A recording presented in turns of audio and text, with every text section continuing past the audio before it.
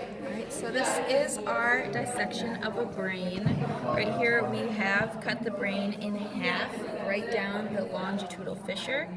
So it's in two halves. We'll use this one for the outside half. First, we'll point out the gyri, which is the hills on the brain, and then going down into the sulci, which are the little valleys that make up the folds of the brain. Going on from there, we have our frontal lobe, we have our parietal lobe, the temporal lobe, the occipital lobe in the back.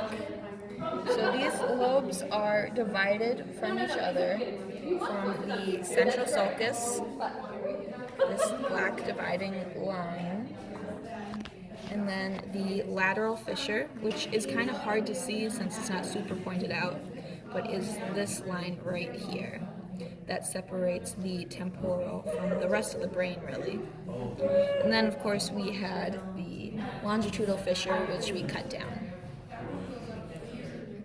So after that, we're going to look at our primary motor cortex, which is the gyri just anterior to this central sulcus here.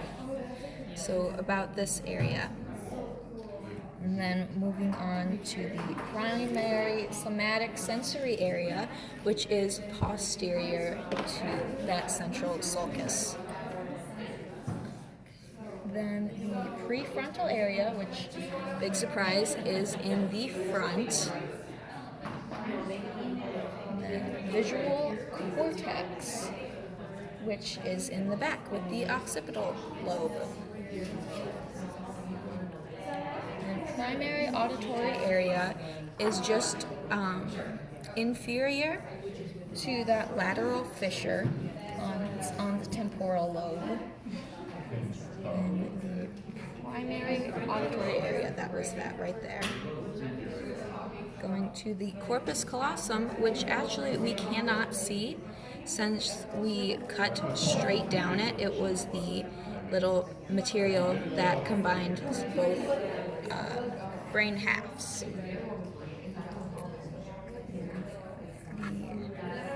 So turning over, we'll use our other half of the brain for this one, pointing out the medulla oblongata.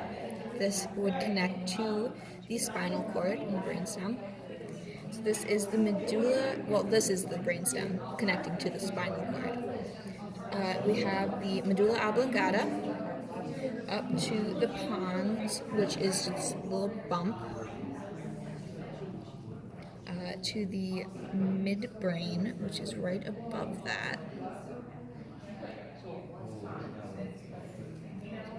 And then the thalamus, it's kind of hard to see. It's this little round whitish area. The pons right there. The thalamus right there. The pons are just a little bump down here. Thalamus, this hypothalamus. Easiest way to find that is if you put your brain halves back together. You see this little hole, and then you open it up, and your hypothalamus is right in there. Pituitary glands are right